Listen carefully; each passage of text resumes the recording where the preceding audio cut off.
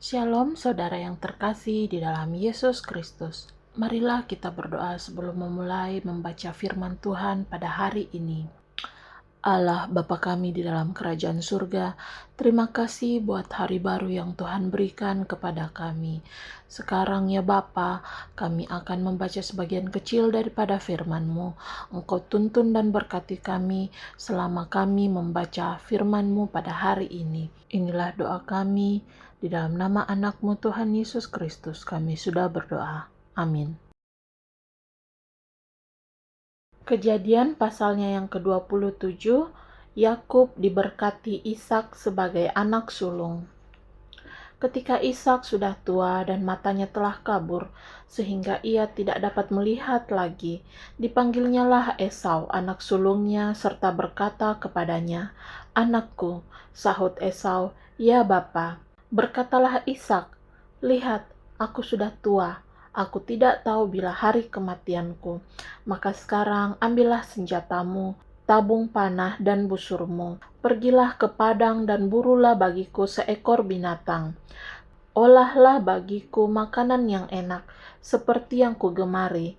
Sesudah itu bawalah kepadaku supaya kumakan, agar aku memberkati engkau sebelum aku mati." Tetapi Ribka mendengarkannya ketika Ishak berkata kepada Esau anaknya. Setelah Esau pergi ke padang memburu seekor binatang untuk dibawanya kepada ayahnya, berkatalah Ribka kepada Yakub anaknya, "Telah kudengar ayahmu berkata kepada Esau kakakmu, 'Bawalah bagiku seekor binatang buruan dan olahlah bagiku makanan yang enak, supaya kumakan dan supaya aku memberkati engkau di hadapan Tuhan sebelum aku mati.' Maka sekarang anakku, dengarkanlah perkataanku seperti yang kuperintahkan kepadamu. Pergilah ke tempat kambing domba kita, ambillah dari sana 2 anak kambing yang baik, maka aku akan mengolahnya menjadi makanan yang enak bagi ayahmu, seperti yang digemarinya. Bawalah itu kepada ayahmu, supaya dimakannya agar dia memberkati engkau sebelum ia mati." Lalu kata Yakub kepada Ribka ibunya, "Tetapi Esau kakakku adalah seorang yang berbulu badannya, sedangkan aku ini kulitku licin. Mungkin ayahku akan meraba aku, maka nanti ia akan menyangka bahwa aku mau memperolok-olokkan dia. Dengan demikian aku akan mendatangkan kutuk atas diriku dan bukan berkat." Tetapi ibunya berkata kepadanya, "Akulah yang menanggung kutuk itu. Anakku, dengarkan saja perkataanku. Pergilah, ambil kambing-kambing itu." Lalu ia pergi mengambil kambing-kambing itu dan membawanya kepada ibunya. Sesudah itu ibunya mengolah makanan yang enak seperti yang digemari ayahnya. Kemudian Ribka mengambil pakaian yang indah kepunyaan Esau, anak sulungnya, pakaian yang disimpannya di rumah, lalu disuruhnyalah dikenakan oleh Yakub anak bungsunya. Dan kulit anak kambing itu dipalutkannya pada kedua tangan Yakub dan pada lehernya yang licin itu. Lalu ia memberikan makanan yang enak dan roti yang telah diolahnya itu kepada Yakub anaknya. Demikianlah Yakub masuk ke tempat ayahnya serta berkata, "Bapa," sahut ayahnya, "Ya anakku, siapakah engkau?" Kata Yakub kepada ayahnya, "Akulah Esau, anak sulungmu. Telah kulakukan seperti yang Bapa katakan kepadaku. Bangunlah, duduklah, dan makanlah daging buruan masakanku ini, agar Bapa memberkati aku." Lalu Ishak berkata kepada anaknya itu, "Lekas juga engkau mendapatnya anakku." Jawabnya, "Karena Tuhan Allahmu membuat aku mencapai tujuanku." Lalu kata Ishak kepada Yakub, "Datanglah mendekat anakku, supaya aku meraba engkau, apakah engkau ini anakku Esau atau bukan." Maka Yakub mendekati Ishak ayahnya, dan ayahnya itu merabanya serta berkata, "Kalau suara Yakub, kalau tangan Esau."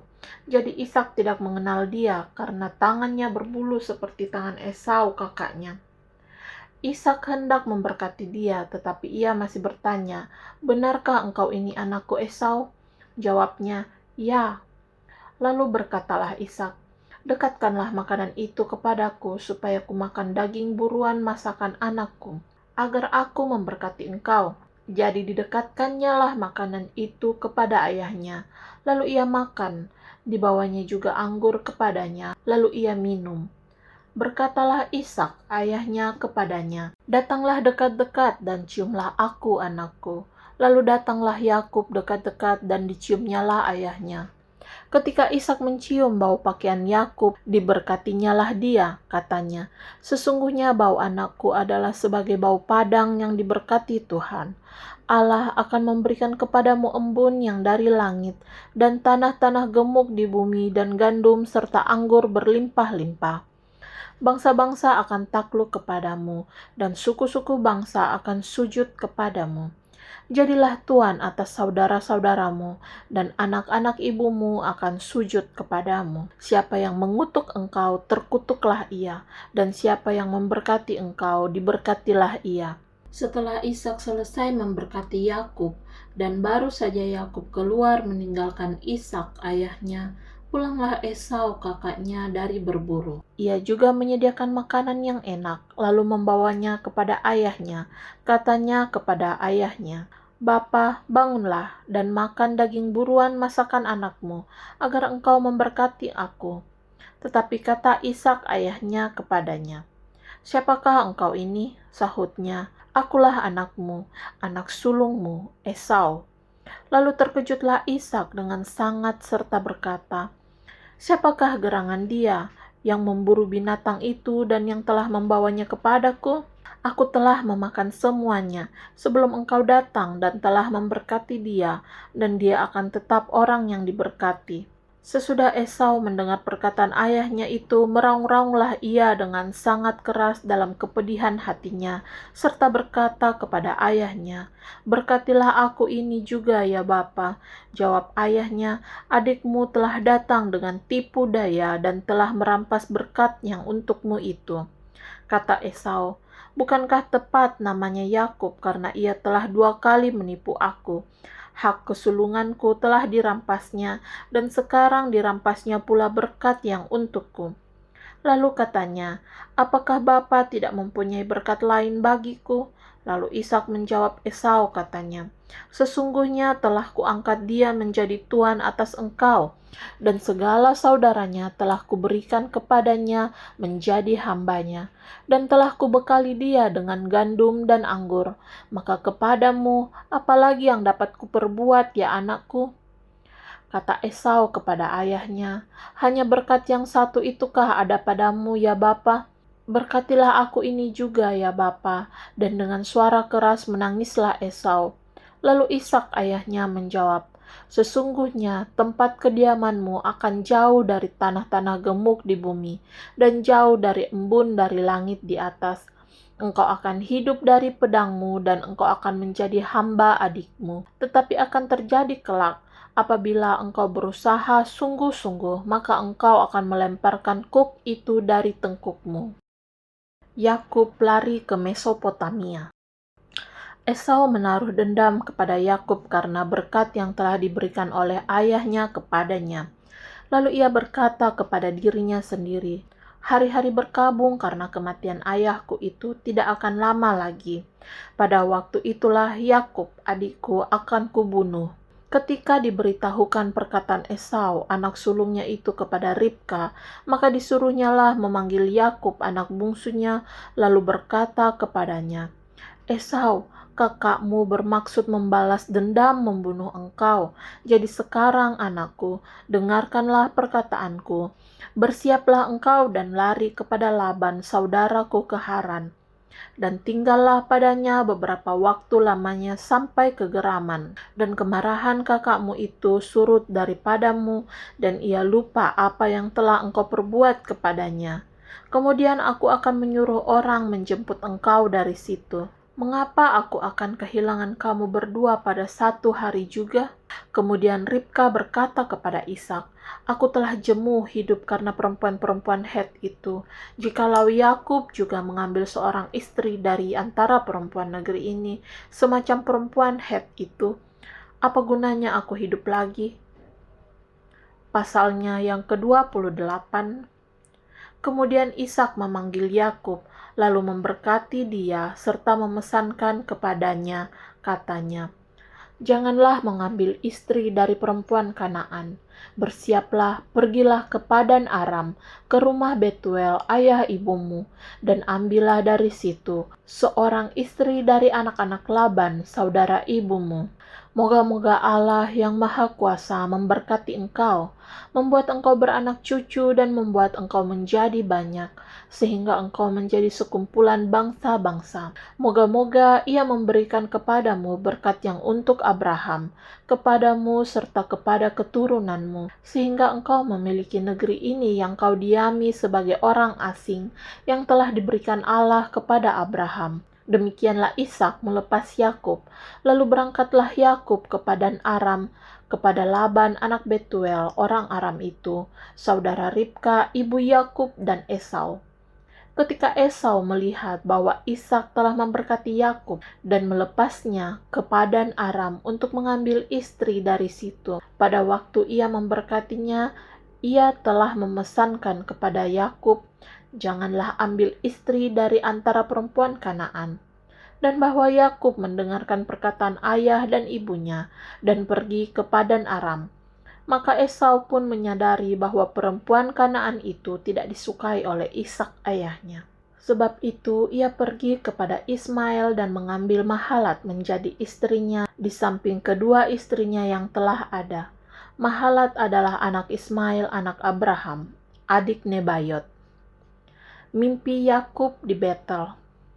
Maka Yakub berangkat dari Bersheba dan pergi ke Haran. Ia sampai di suatu tempat dan bermalam di situ, karena matahari telah terbenam. Ia mengambil sebuah batu yang terletak di tempat itu dan dipakainya sebagai alas kepala, lalu membaringkan dirinya di tempat itu. Maka bermimpilah ia, di bumi ada didirikan sebuah tangga yang ujungnya sampai di langit.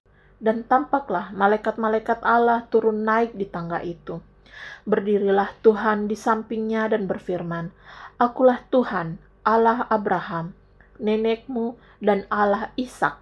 Tanah tempat engkau berbaring ini akan kuberikan kepadamu dan kepada keturunanmu. Keturunanmu akan menjadi seperti debu tanah banyaknya, dan engkau akan mengembang ke sebelah timur, barat, utara, dan selatan. Dan olehmu serta keturunanmu semua kaum di muka bumi akan mendapat berkat. Sesungguhnya aku menyertai engkau dan aku akan melindungi engkau kemanapun engkau pergi, dan aku akan membawa engkau kembali ke negeri ini. Sebab aku tidak akan meninggalkan engkau, melainkan tetap melakukan apa yang kujanjikan kepadamu." Ketika Yakub bangun dari tidurnya, berkatalah ia, "Sesungguhnya Tuhan ada di tempat ini, dan aku tidak mengetahuinya." Ia takut dan berkata, "Alangkah dahsyatnya tempat ini. Ini tidak lain dari rumah Allah, ini pintu gerbang sorga." Keesokan harinya, pagi-pagi Yakub mengambil batu yang dipakainya sebagai alas kepala dan mendirikan itu menjadi tugu dan menuang minyak ke atasnya. Ia menamai tempat itu Betel, dahulu nama kota itu Luz. Lalu bernasarlah Yakub, "Jika Allah akan menyertai dan akan melindungi aku di jalan yang kutempuh ini, memberikan kepadaku roti untuk dimakan dan pakaian untuk dipakai, sehingga aku selamat kembali ke rumah ayahku, maka Tuhan akan menjadi Allahku. Dan batu yang kudirikan sebagai tugu ini akan menjadi rumah Allah. Dari segala sesuatu yang engkau berikan kepadaku, akan selalu kupersembahkan 1/10 kepadamu." Amin untuk firman Tuhan. Marilah kita berdoa. Ya Allah Bapa kami di dalam kerajaan surga, terima kasih sudah memberkati dan menyertai kami dan membimbing kami di sepanjang kami membaca Alkitab pada hari ini. Berkati kami di sisa hari kami hari ini. Inilah doa kami. Di dalam nama anak-Mu Tuhan Yesus Kristus kami sudah berdoa. Amin.